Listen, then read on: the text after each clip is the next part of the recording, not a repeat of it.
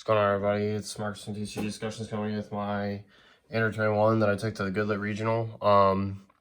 Unfortunately, we didn't make top cut. We were 1 win away, and I blame my round one. My round one just basically set a terrible tone for the rest of the day. I'll talk about that here in a minute, but this deck is extremely powerful. The deck itself got third at the regional, and there were lots of very interesting just like matchup based things that I learned a lot from. I got way better with this deck playing it at the regional, so I think everybody that was there, huge shout out to everybody from Missouri, everyone from Ohio. Cryos Chris, as always, man, shout out to you. If you haven't checked out Kyle Chris's channel, go ahead and do that. And I look forward to doing a collab soon, playing some games online. Everybody from Missouri, everyone from Arizona, is really good to see. A lot of friends from across the country. Jared Lopez, as always, had a strong showing with Trunks Cheetah. Robert, who won the event, piloted Green Gohan. We'll talk a little bit about that. Rob, not Robert, but Rob. Just huge shout out to everybody. I got to see an insight from a lot of the pros, and there was a huge mass representation of just a really good turnout. It was over 100 some players, so it was really good. But yeah, let me just talk about the leader real quick. Just talk about his position in the format. So this leader has a ton of things going for it. Hyper consistent awakening, hyper consistent like toolbox engine to find your cards. Amazing plays to force your opponent into bad positions. Highly punishes cards on counter crackback. Easily best barrier removal deck in the game, not even close.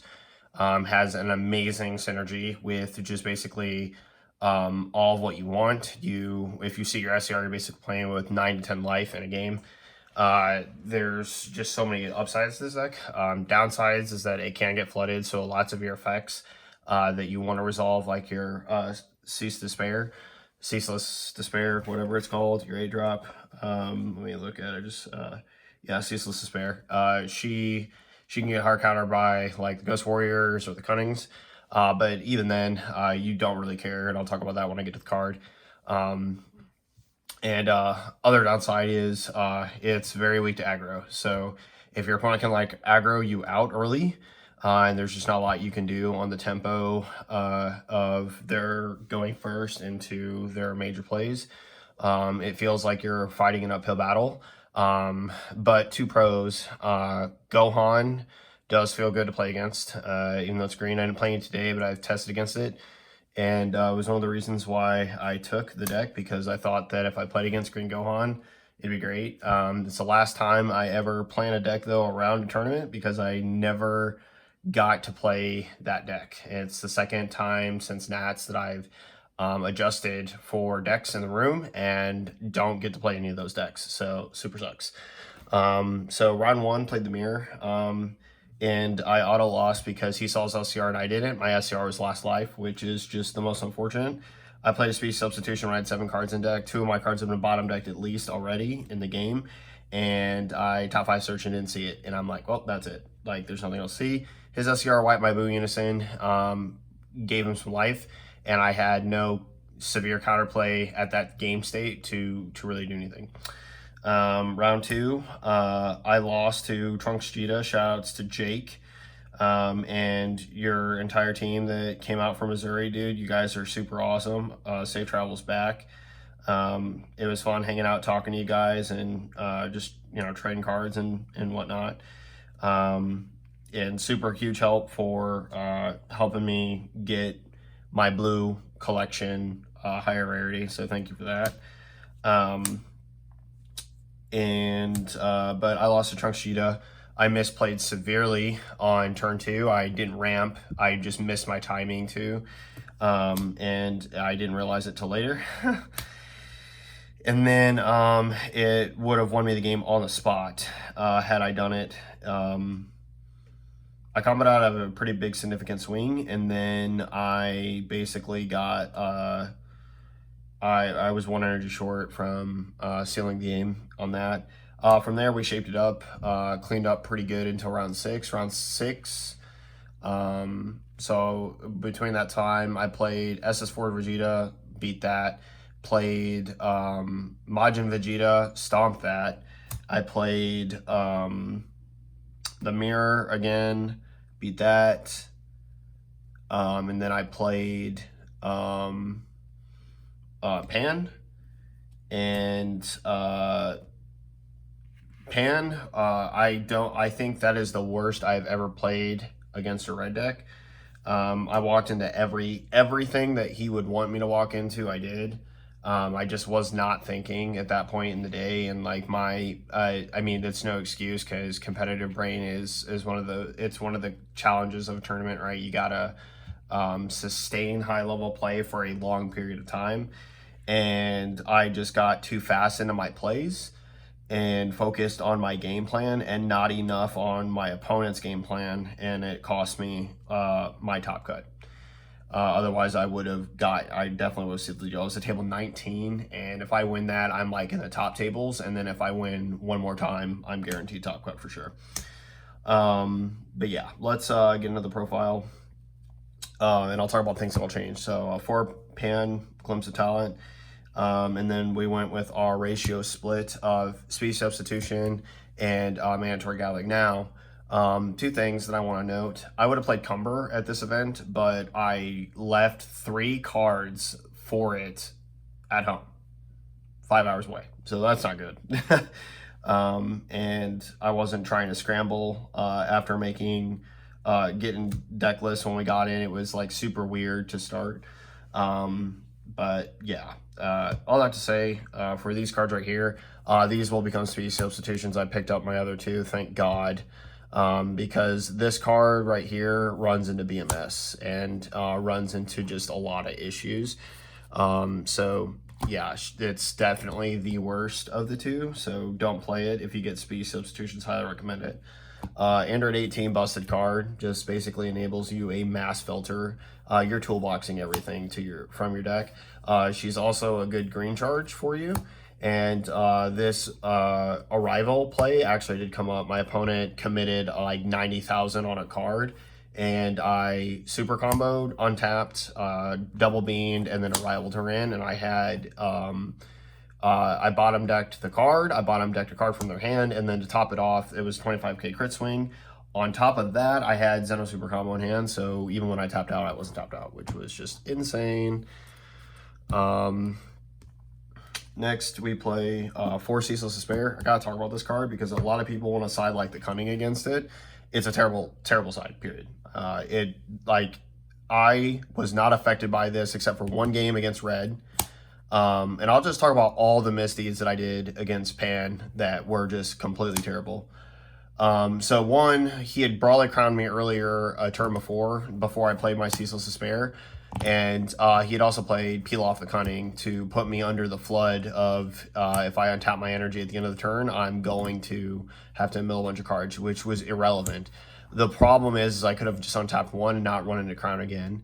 I then also on my SCR play, he played Gohan, then minus my card 20. And then he swung with Gohan, and then I activated full power counter and then hit the Gohan, which was a mistake because the card has unique. And then I bottom decked it or put it in the drop area, and then he played it again and killed my SCR. I misplayed probably just about every way that you can, and then on my Ceaseless Despair turn, I untapped 4, and then I got crowned and lost a second super combo, which is just disaster. And then I also made a massive misplay on turn 1. He left an energy up, and I should have known better, and then I swung with my crit Z battle card. Because it's 10k crit, and then he popped it, which is just massive loss to me.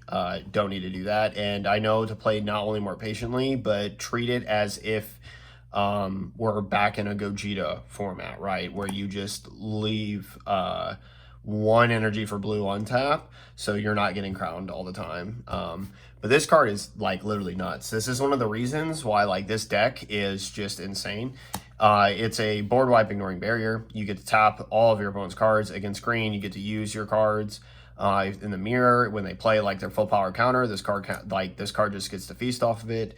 And then it just has it's a dual attack double strike with deflect, so they can't counterplay it. And then to top it off, when you swing, or they activate counter at all, like this came up a lot. Like, people do not understand, if your opponent activates counter at all, like not just during your turn, but during their turn, if they activate counter, they discard 2 cards, which is nuts. So yeah. Full power counter, it's an incredible floodgate. The best part is not even the floodgate effect, although the floodgate effect definitely does end the turn. It's the fact that it is a spot barrier removal, 100%. This card comes down after tapping multiple cards, and then just says one of your cards ignoring barrier is gone. This can be any card. This can be an SCR. It can be whatever. I watched this card. If I didn't do it, I watched other people blow up cards that had no business dying. And then she's just so powerful. So definitely great card. Bad Omen might bump this to 2. My round 1 opponent was playing 2 of this. I don't think it would have changed anything if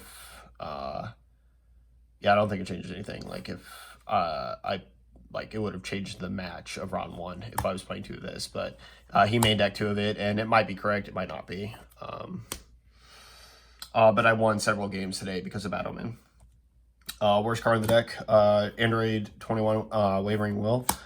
This is probably going to become 2 Kusu at least. I wasn't running Kusu before, but I watched the third place player play, and I understand how to play Kusu a lot better now. So I think that's what I'm going to go with over this. Kusu is also a green charge, which isn't terrible if you charge her turn 1. And if she gets ramped out of your deck, it's also not terrible. So but it is a little bit difficult, right? Because you don't want to be stuck with a bunch of cards that you cannot combo with. But if you do get a chance to combo with her, it's insane. Next, for Total Audacity, this card is absolutely bonkers. Yeah, this card just being a draw 2 double strike pressure is just literally insane. And if you play against blue, you're probably likely going to play the card for free. I'm not even trolling. Shoutouts to the guys from Missouri for helping me get my final 2 winner stamped. Defending Friends, low-key the MVP of the day. Not just as a flood, but as a negate, like a one-off negate. This card's utility in the deck is insane, and it on top of full power counter is a seal to a turn for free. 100%. Next, to Gohan Power Reclaimed. It's a card that I'd consider cutting down by 1 just to make space for other cards. Other than that, it is a fantastic card. Next, we play Super Combo Split 1, 1, and 2. This is actually incredible. So when I talk about this profile, I kind of fluttered around not knowing the difference between these cards. I'm an idiot. I know the difference now. The difference is that this card initiates your Android 18. And because this card solo initiates this one, you basically have a free untapped blue-green ability that's not Ceaseless Despair to bring her in. Now, Xeno Edge of Space is insane because you can pick cards up. So turn 1 in a game, I charge a super combo, and my opponent looked at me sideways, and I already had Xeno in hand. It's yeah, that card's not gonna stay there. Vegeta's nice because you can bottom deck cards that are bad and dig deeper into better cards. However, it may be correct with Discipline Warrior to change this to Android 8, which is just a draw 1 card. It's an Android, so it's searchable. 0 cost 10k, which is going to help in the aggro matchups. but 4 life is where you want to get to. So it's kind of like, eh. But Zeno's insane, especially with the package that we play. And then this is just nuts. It makes you feel so safe. 3 bean. This is a mistake. Should have made 4. Just plain and simple, should have made 4. I literally cited the 4th one like in BO1 side like all day long. 2 Bears Destroys and 2 UI Kamehamehas. This ratio feels a lot better. UI Kamehameha is just a very strong card, either offensively or defensively. It is just really strong out of a lot of attacks. In the mirror, they swing with 25 double strike, and you literally just say, yeah, no. In the mirror, the win that I had against the mirror, this card stopped a Ceaseless Despair attack, stopped a Ceaseless Despair attack, and then like the next turn, I had full power counter, I just bottom back the Ceaseless Despair. This card is insane. It forces red still to activate main on Vegeta right away. Also forces their if they have anything else that's low cost on the ground that doesn't have what is it? Barrier, it's gonna get removed. A lot of people want to play BMS. That card does not work against this deck at all, especially because of this. So yeah, it's just, yeah, it's crazy. Next we play 4 D-Magic. It's D-Magic, so it's still a really good hard negate, and being able to untap your energy and just like let you be defensive is strong. When I D-Magic, I'm just gonna tap 1 against red, period. We learned our lesson. And then Boo Unison. Boo Unison is literally insane. Anytime I saw this card and played it, my opponent just lost. So the only time that didn't happen was round 1, where he sucked it up with his SCR and mine was stuck in my life. That's the only time this card was like not good. Other than that, this card was like literally bonkers. This card actually solo shut out SS4 Vegeta ramp, because between the Hunger Z Battle card and this card, his leader could never actually attack my leader to do damage. And then Transcendental Predator. The card loved me most of the day and hated me only in round 1.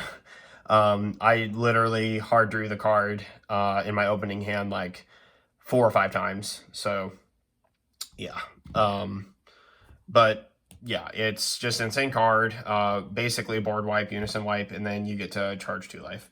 And the 40k dual attack really comes up. I like to use it for more pressure than I do for lack of pressure. So yeah. Moving on to the extra deck. The Z deck, sorry. We have 1 SB Vegito Golly Spirit, 1 Cell, and then 1 Beerus.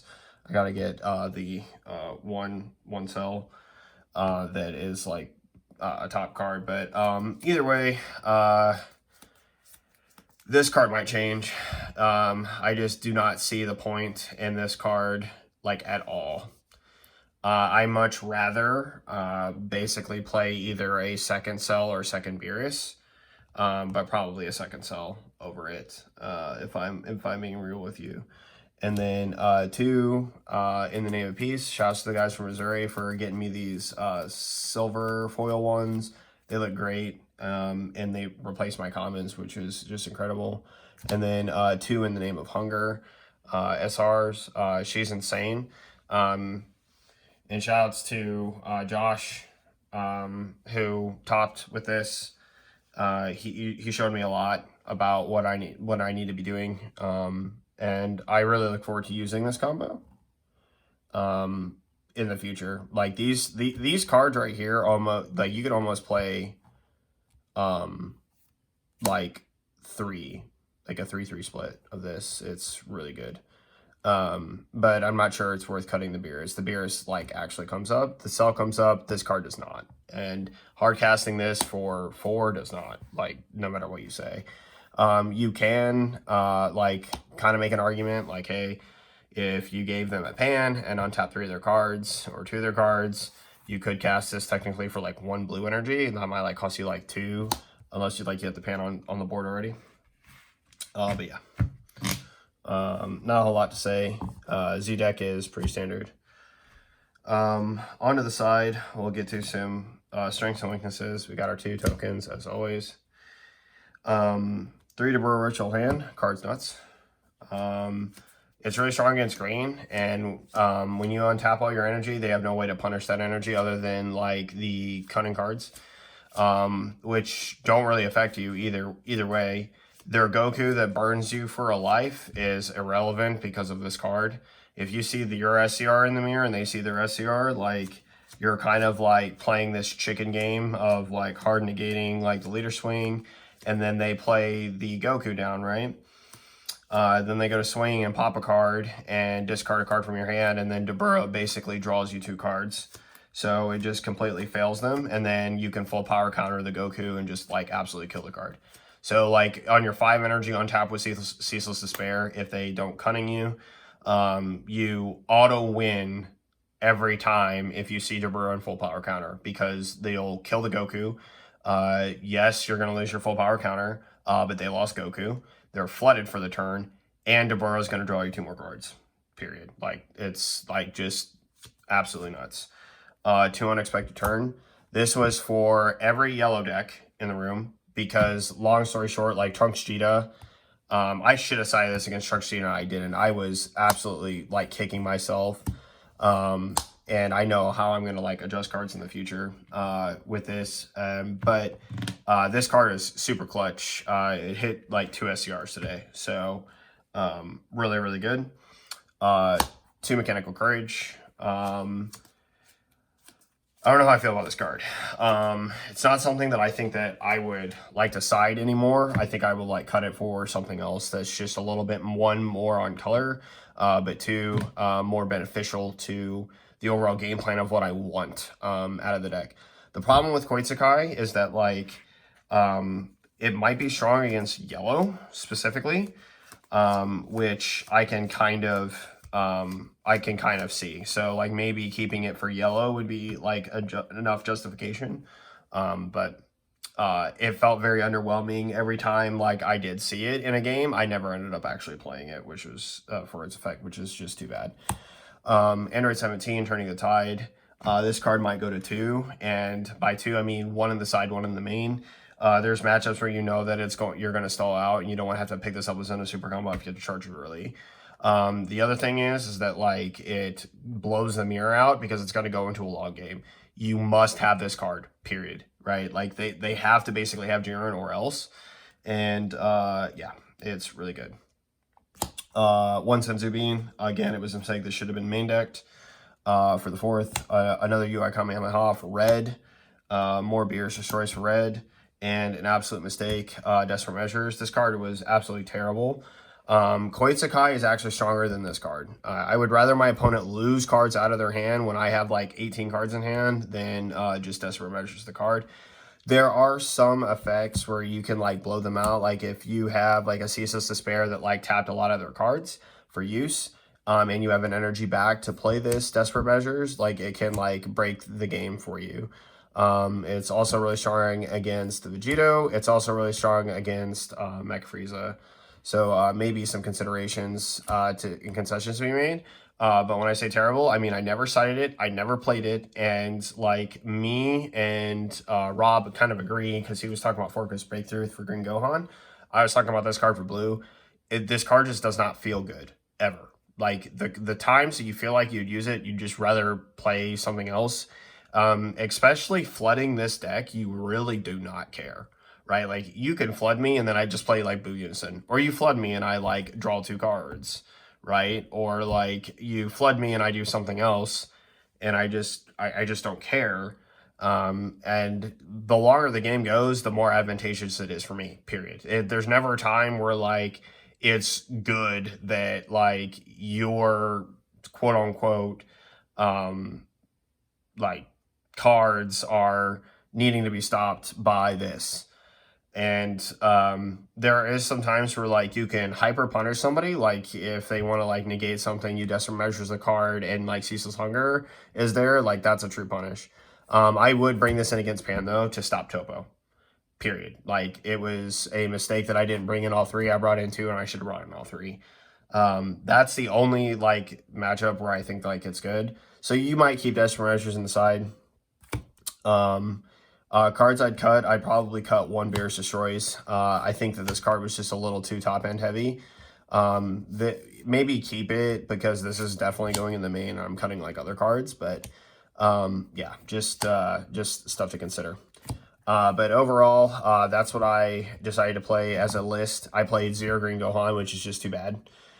Because I really feel that if I had played some Green Gohan, I would have gotten to thoroughly abuse the deck because I have reps against it, and I feel very confident in its ability to play. Why this leader is good, 2 out of the 5 colors basically get completely negated by her. If you play against blue, it gets negated.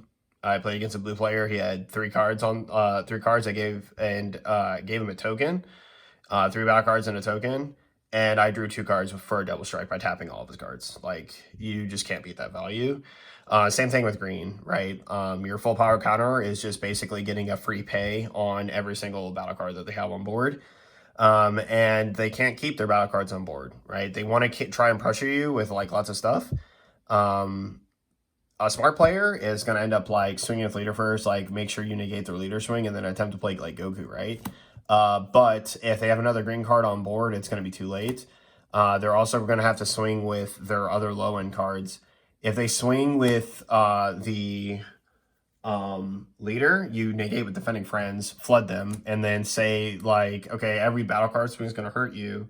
So they're not incentivized to swing with those small guys, and then like full power counter comes down and just like destroys them. Other than that, like that's basically how it is, but that deck can also be super aggressive.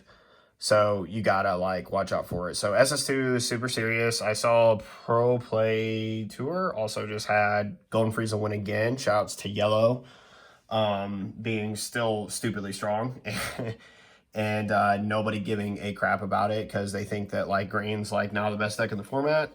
I think Gohan is definitely a top contender, so it's definitely something to watch out for, and matchup knowledge you're going to need to know. Again, shout out to Rob for his deck profile. Jared Lopez recorded. I'm not sure where the profile is going to end up being online, but you should definitely check it out if you do. He has a lot of wisdom and insight about how to play the deck and just his thought process and how his build operated and what he wants to do. And thank you again for answering all my questions, Rob, about the deck, because I don't have the deck yet. Everything's ordered. I just don't have it. It hasn't come in the mail yet. So, yeah, that's pretty much it for this. Thank you guys so much for watching, and I'll see you guys in the next one. It's Marcus from TCG Discussions, signing off. Laters.